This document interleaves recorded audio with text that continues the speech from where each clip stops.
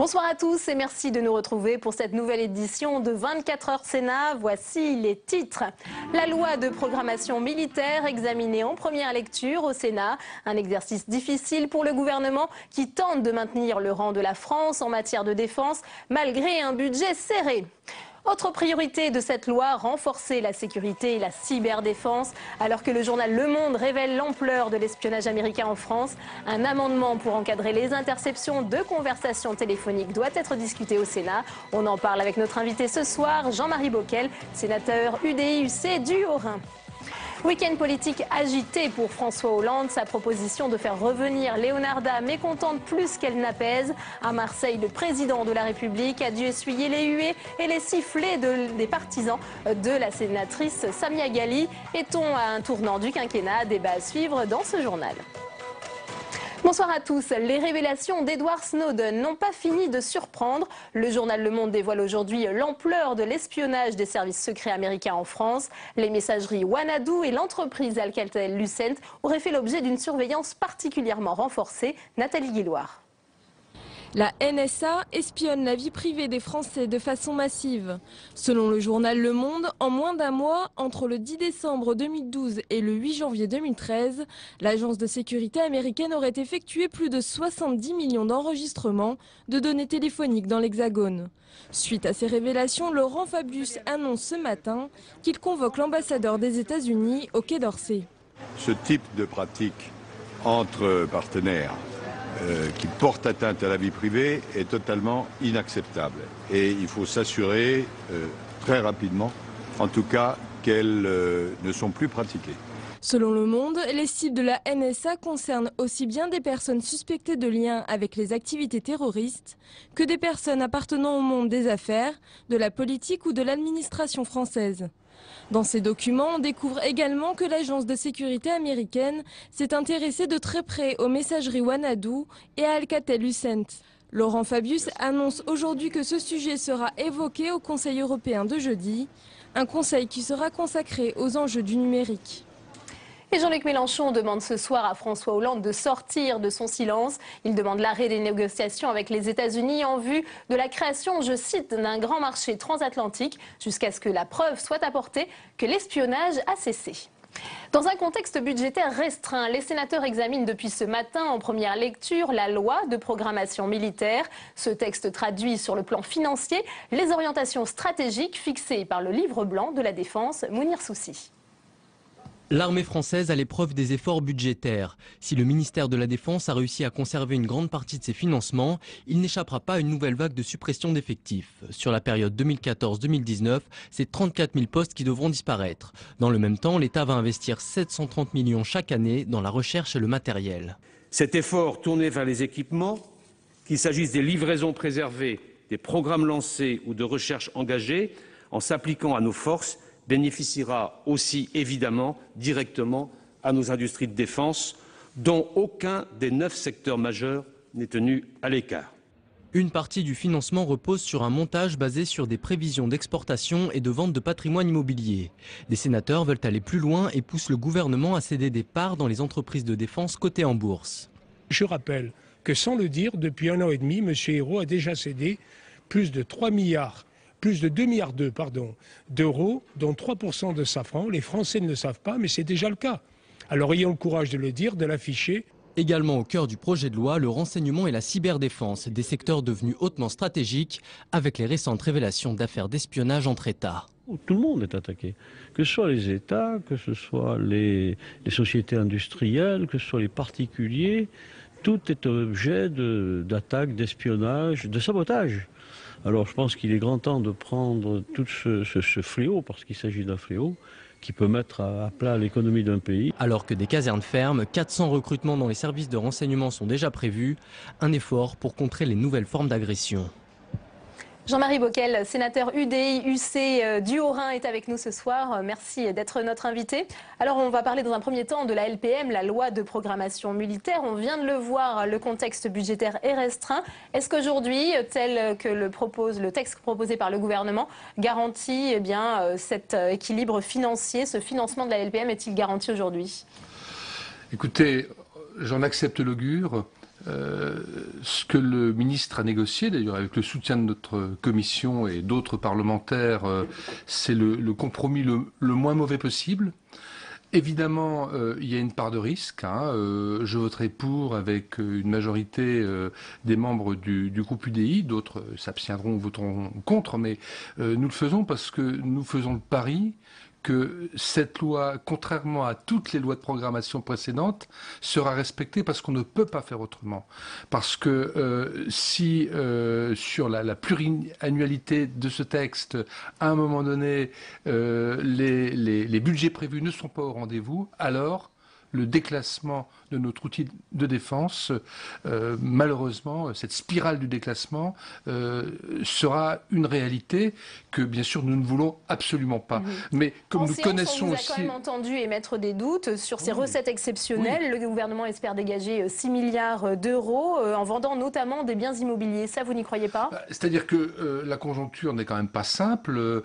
Par le passé, certains biens qui auraient dû être vendus ne le sont pas toujours, y compris appartenant à la défense. Donc voilà, encore une fois, si je ne croyais pas à la crédibilité de cette loi, je n'aurais pas prôné de la soutenir.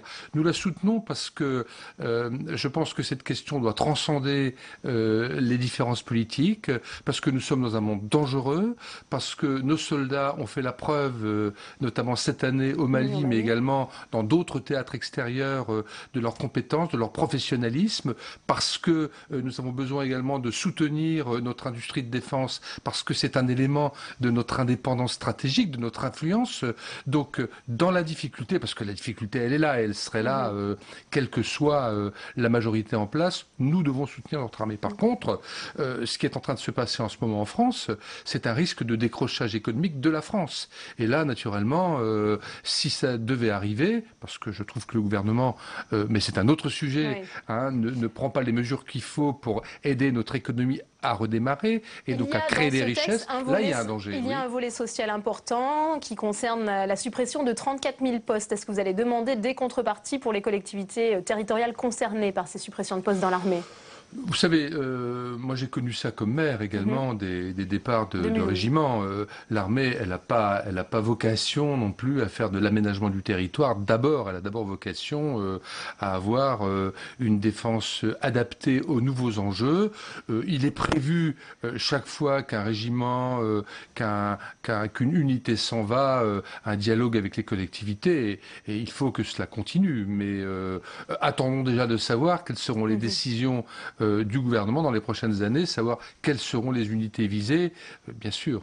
Autre volet contenu dans ce texte, il concerne le renseignement et la cyberdéfense, un sujet que vous connaissez très bien, vous êtes l'auteur d'un rapport sur ce sujet. Le gouvernement va-t-il assez loin en matière de renforcement de la cyberdéfense ? Oui, c'est un point de satisfaction, tant le livre blanc que la loi de programmation militaire reprennent les propositions de mon rapport qui ont été votées à l'unanimité par la Commission. On renforce nos outils, l'Agence nationale de sécurité des systèmes d'information, l'état-major cyber, donc la partie défense, mais également la recherche-développement avec la Direction générale de l'armement. Au-delà de la dimension financière et personnelle, on met en place un certain nombre de règles, comme par exemple l'obligation de déclaration d'incidents de tous nos opérateurs d'intérêt vital, que ce soit des administrations, des services publics, des entreprises. Donc ça, c'est important. Mais naturellement, nous avons là un travail qui doit tenir sur plusieurs années et nous avons aussi un enjeu industriel parce que la cyberdéfense, la cybersécurité, c'est des équipements, c'est un certain nombre d'entreprises, grosses entreprises ou PME qui sont déjà dans l'aéronautique, le spatial ou sur les questions de sécurité et d'enseignement peuvent aujourd'hui déployer des emplois, des développements tout à fait importants. Donc oui, il faut que cet effort s'inscrive sur plusieurs années. Jean-Marie Bockel, un mot sur l'affaire Snowden. L'examen au Sénat de la LPM coïncide avec les révélations dans le journal Le Monde de l'ampleur de l'espionnage américain. Est-ce que vous êtes choqué, comme Jean-Marc Ayrault dit l'être aujourd'hui, ou est-ce que vous pensez que le gouvernement est faussement naïf sur ces questions d'espionnage ? Oui, il faudrait éviter le bal des faux culs, comme on dit. Nous savons depuis juin, et nous savions bien avant, qu'il y a un espionnage massif. Aujourd'hui, c'est les États-Unis qui sont la cible. Il y a quelques mois, on parlait de la Chine. Demain, on parlera d'autres pays. Chaque pays fait ce qu'il peut avec les moyens qu'il a. Mais et d'ailleurs, les États-Unis ont réagi. La Maison-Blanche dit les États-Unis espionnent comme tous les autres pays. Mais c'est exact. Je crois que c'est le président de la commission des lois à l'Assemblée, M. Urvoas, qui disait les Américains, ils pêchent au filet, nous, on pêche au harpon. C'est-à-dire que, bon, cela dit, c'est quand même bien de profiter de l'émotion créée par cet espionnage massif et qui donne le sentiment à tout citoyen, même si c'est pour de bonnes raisons, lutter contre le terrorisme, etc., qu'on n'a plus de vie privée, pour dire, bon, on a besoin d'avoir du renseignement pour la bonne cause, mais fixons une règle du jeu.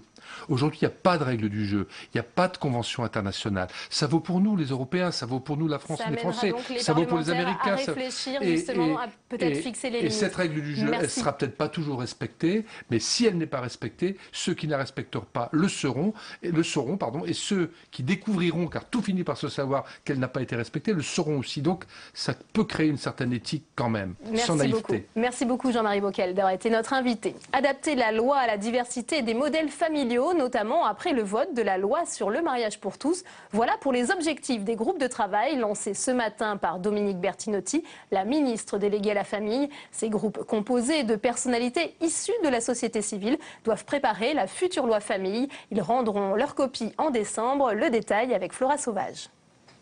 Statut du tiers, accès aux origines, droit de vote à 16 ans pour les élections municipales, le chantier est vaste. Pour le magistrat Jean-Pierre Rosenzweig, en charge de l'un des groupes de travail, les droits des enfants doivent être à la hauteur de leurs responsabilités pénales.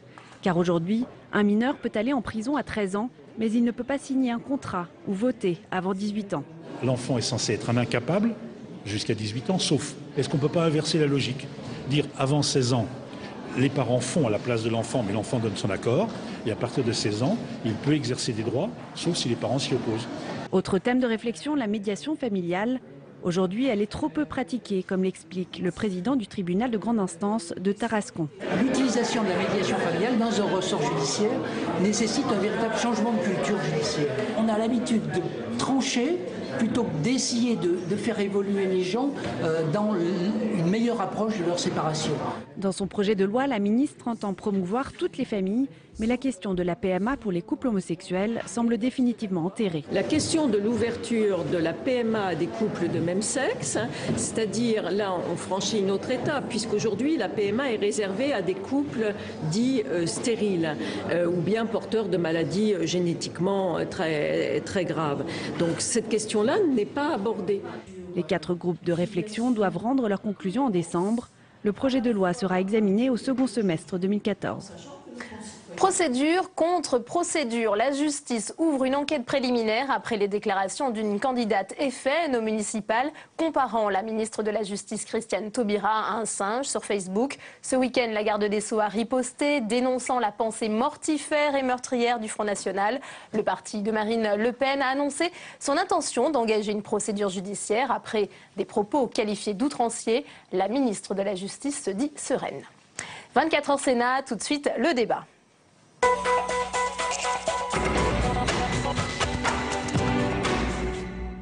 Séquence difficile pour François Hollande. Déjà fragilisé, le président de la République a souhaité monter en première ligne dans l'affaire Leonarda, ce qui lui a valu une pluie de critiques alors qu'il tentait d'éteindre l'incendie. Paul Bouffard. Un accueil lui sera réservé, et à elle seule. Il voulait le faire lui-même, éteindre l'incendie Leonarda.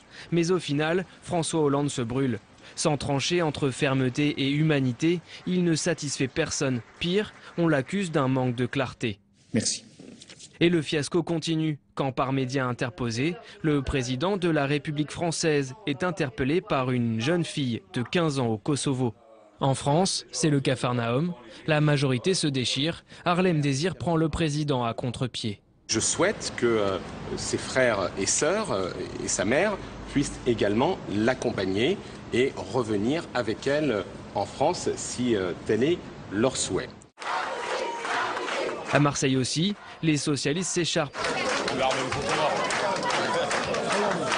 À l'issue des primaires, Patrick Mennucci sera candidat pour les municipales.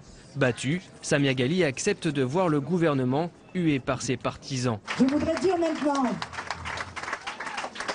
à Jean-Marc Ayrault, à François Hollande,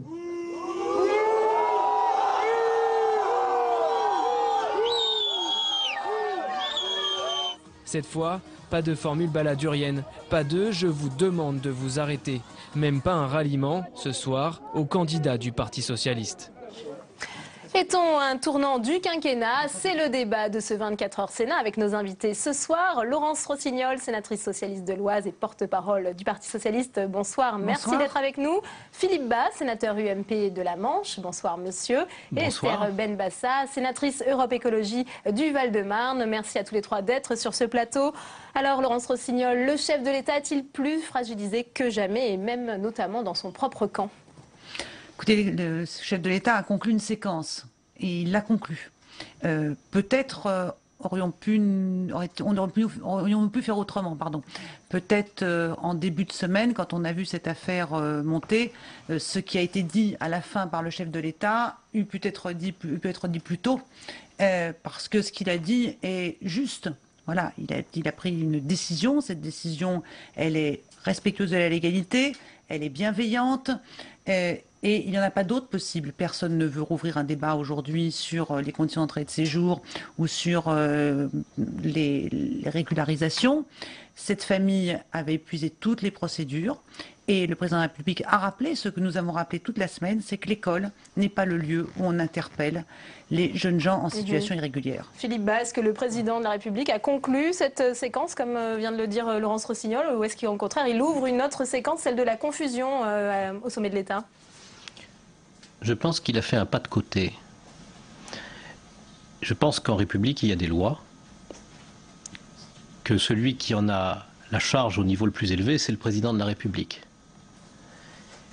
Je pense que la proposition qu'il a faite est contraire aux lois. Je pense que proposer à une enfant d'une famille de revenir en France toute seule, comme si elle était majeure et qu'elle pouvait décider elle-même, c'est aussi méconnaître toutes les lois de la famille, les lois aussi sur le droit à mener une vie familiale normale. Je comprends très bien ce que dit Harlem Désir, je ne suis pas d'accord avec lui, mais il est cohérent au moins. Le président de la République n'a pas été cohérent.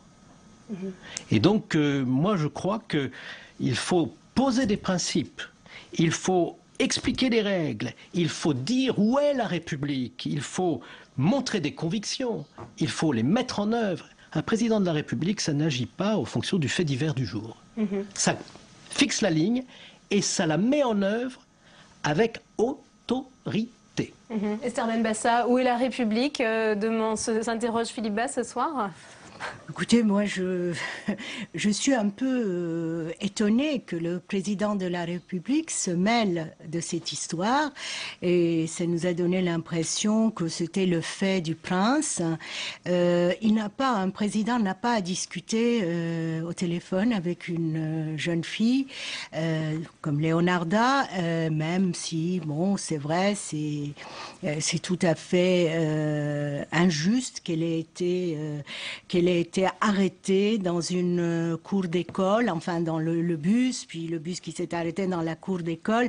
Moi, je ne suis pas pour la sanctuarisation de l'école seulement, mais du temps de la scolarisation. Mais là, le président s'est déconsidéré. Enfin, je ne vois pas, en plus, avec une décision de ce genre, c'est un peu mi-figue, mi-raisin, ni oui, ni non. Cette jeune fille, elle va arriver, qu'est-ce qu'elle va faire? Elle va aller à la DAS, elle va aller en internat, puis on va lui payer un billet tous les 15 jours pour qu'elle aille voir ses parents. Enfin, écoutez, je ne sais pas ce qu'il a conseillé, mais le conseil a l'air très mauvais, puisque ça divise aussi la gauche, pas seulement la droite, comme vous l'avez très bien dit. Et on n'avait pas besoin de ça. On a assez de soucis, les Français ont assez de soucis, et il faut surtout revoir les lois sur l'immigration et surtout travailler la question du discernement lorsqu'il s'agit de mineurs ou de jeunes gens scolarisés mais des mineurs scolarisés, des jeunes gens scolarisés, et ce n'est pas, on n'a pas maintenant à s'enfoncer dans cette histoire de cette façon-là. Laurence Rossignol, sur le statut présidentiel, sur la fonction, est-ce qu'elle a été écornée ce week-end après l'intervention de François Hollande? Il était pressé de sortir de son silence. Finalement, la communication qu'il a faite, son intervention télévisée, a eu des effets assez désastreux. Je ne crois pas que sa communication ait été désastreuse et que sa fonction soit écornée. Nous avons vécu une séquence assez étrange quand même, une semaine un peu, moi j'ai qualifié d'un peu de la semaine folle. Je crois que cette affaire aurait pu se résoudre bien en amont, bien en amont. Il suffisait de dire en fait ce qu'a dit le président de la République à la fin. Peut-être c'est légal, mais les services de police, moi j'avais à l'époque dit que c'était un excès de zèle administratif. Le président de la République dit manque de discernement, on n'est pas loin, hein, c'est ce que tout le monde sentait depuis le début. Rappeler aux préfectures que l'école, le temps scolaire sont pas... Ça a été fait, hein, Manuel Valls, voilà. Après l'enquête des services généraux, a rappelé au préfet justement, notamment sur le temps périscolaire. Il était important d'envoyer un message à tous les services en disant voilà l'esprit de la circulaire et voilà comment nous voulons appliquer l'esprit de la circulaire. Après, je ne crois pas qu'il faille ouvrir en ce moment un débat sur les lois sur l'immigration. Mais je voudrais faire remarquer qu'il y a une petite hypocrisie. Je sais que sans doute notre collègue Philippe Bas fait pareil. On a tous régulièrement une pile de dossiers de demande de régularisation de gens qui viennent, soit c'est des employeurs qui nous sollicitent, soit c'est des familles, soit c'est des enseignants, des individus, et ce sont des gens qui ne sont pas dans les clous des critères de régularisation, et on va voir le préfet avec nos dossiers sous le bras en disant « Monsieur le préfet, là j'ai 3 dossiers sur les 10 que j'ai qui me paraissent mériter que la loi soit bienveillante et généreuse. » Et donc on le fait tout le temps. Donc faut pas s'étonner, faut pas trouver bizarre qu'on les fait pour le cas de cette jeune femme qui était une fille qui était devenue un sujet pour Philippe tout le Bas, monde. Ça vous arrive de monter au créneau auprès des préfets pour demander la régularisation de certains dossiers qui passent avant les autres? Non, honnêtement pas. Non, c'est pas une question de passer.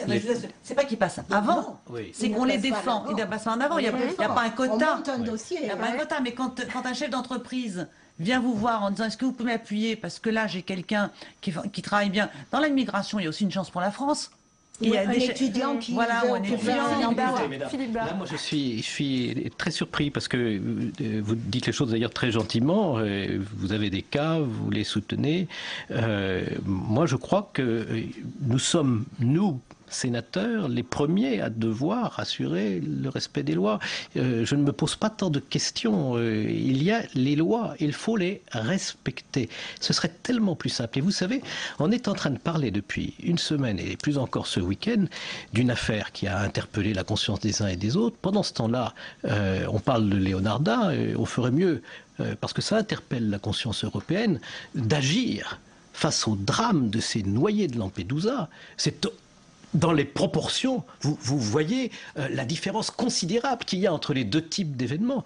Nous avons des immigrés qui viennent vers l'Europe au péril de leur vie, qui se noient, des femmes, des enfants, et nous discutons pour savoir s'il est bien ou mal de faire descendre une jeune fille d'un autocar parce que sa mère l'a appelée au téléphone, parce que cette famille est en fraude en France, et elle est délibérément en fraude. Le rapport l'a parfaitement montré. Alors, écoutez, de grâce, essayons de situer les choses à leur vrai niveau et d'avoir des valeurs. Que fait l'Europe actuellement face à Lampedusa? Ça, c'est une question dont on peut débattre. Elle est vraiment importante. Mais les anecdotes sur la manière dont on va expulser une famille qui est ici en fraude, eh bien, ça ne doit pas envahir tous les médias pendant 10 jours. Et que le président de la République, je suis d'accord avec Esther Benbassa, parce que c'est le fait du prince, vienne dire, ah ben moi je prends la petite, là, la mineure, je la prends, mais pas ses sœurs. Hein. Ses sœurs, elles restent là-bas. Mais qu'est-ce que c'est que ça? Comment peut-on inventer une fausse solution pareille? Vous dites fait du prince, mais oui, c'est le fait du prince. Et c'est de la navigation à vue. Et je crains fort que derrière tout ceci, il y ait le souci de maintenir, vaille que vaille, un attelage qui tire à U et à Dia, et on recherche le compromis politique avant l'affirmation des convictions et la mise en œuvre d'une politique qui réglerait les problèmes des Français. Esther Benbassa, Laurence Rossignol a dit qu'il ne faut pas pour autant ouvrir le débat sur l'immigration. Moi, je crois est-ce qu'au contraire, il faut ne faut pas l'ouvrir ouvrir parce ce que, débat? comme le dit monsieur pas, moi je ne suis pas du tout d'accord avec lui, mais on n'a pas de choix à faire entre Lampedusa, la petite Leonarda, le petit... Oui, d'accord. C'est quelque chose qui nous interpelle quand même gravement. Je suis d'accord. C'est le problème de l'immigration. Chers collègues, je ne crois pas que vous seriez d'accord pour qu'on recueille, par exemple, 500 Syriens qui se trouvaient dans ces bateaux, 200 Érythréens, etc. Est-ce que vous seriez d'accord? Pour qu'on leur évite de se noyer, non pas pour qu'on les accueille. C'est ça qu'il faut mettre en œuvre. C'est ça l'Europe. Non, parce que vous m'avez interpellé, donc je vous réponds. Non, mais laissez-moi finir. Même si l'Europe faisait une politique dans ce sens, vous ne seriez pas d'accord, me semble-t-il, de recueillir ces personnes si elles ne s'étaient pas noyées. Alors, Leonarda, c'est à peu près le même problème. Alors, écoutez, il y a à réfléchir sur le droit d'asile. Il y a, M. Valls a mis en route un rapport, et il y a à revoir la question du discernement. J'insiste là-dessus, parce que ce sont des symboles, monsieur. Faire descendre une petite fille de l'autobus et la reprendre à l'école, écoutez, ça rappelle certaines choses. Arrêtons d'instrumentaliser les symboles. Lampedusa, vous avez donné cet exemple. Mais c'est parce que notre conscience est interpellée quand il y a des noyades, des morts d'enfants, des morts de femmes, des morts d'hommes. On ne peut pas opposer les émotions et les consciences. On a une conscience. On doit les hiérarchiser. Et l'Europe doit agir là où les sujets sont d'une gravité extrême. On a quand même l'affaire Leonarda. On a aussi ce qui s'est passé à Marseille, où le président de la République a été hué. Samia Ghali ne dit rien aux personnes qui sifflent. On a posé la question aux internautes du nouvelobs.com, notre partenaire. François Hollande est-il discrédité? Eh bien, voyez ce qu'ont répondu les internautes. Ils ont dit oui à 75%, non à 20%. Et bien sur plus de 268 votants. Est-ce que François Hollande est discrédité? Comment on va faire pour tourner cette page, Laurence Rossignol? J'ai presque envie de vous dire que au rythme médiatique auquel on vit les choses, je ne sais même pas de quoi on parlera la semaine prochaine. Qui aurait pu dire la semaine dernière qu'on aurait assisté à cette scène irréelle de cette jeune fille en train de répondre à écran partagé avec un président de la République. Je ne sais même pas si l'un et l'autre savaient. Enfin bon, juste, les médias devraient aussi s'interroger de temps en temps sur ce qu'ils mettent en scène, parce que si on veut être tous responsables, il faut que chacun fasse acte de réflexion.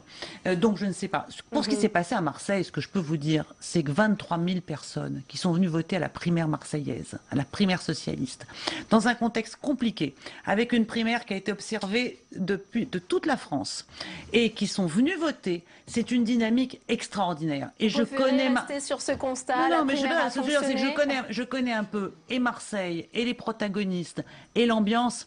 Dans quelques mois, ici, on parlera de l'affrontement entre la liste de gauche de rassemblement conduite par Patrick Menucci, dans laquelle il y aura Samia Ghali, dans laquelle il y aura toutes les forces de gauche, et puis en face, la liste conduite par Jean-Claude Gaudin.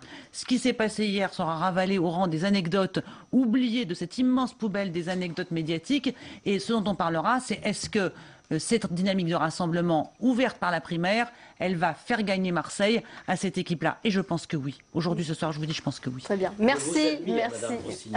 Parce que moi, je pense qu'ils ne pourront pas s'entendre pour gouverner Marseille, et cet argument va porter parmi les Marseillais. Je vous admire d'avoir réussi à parler de dynamique. À vrai dire, vous êtes sans doute la seule à avoir constaté une dynamique à travers ces primaires à Marseille qui ont écœuré tous les Français. Non, mais ça n'a pas écœuré les Marseillais. Merci Philippe Bas, merci Laurence Rossignol, merci Esther Benbassa. C'est la fin de ce 24h Sénat. À 22h, vous retrouvez Sonia Mabrouk. Merci de votre fidélité et à demain.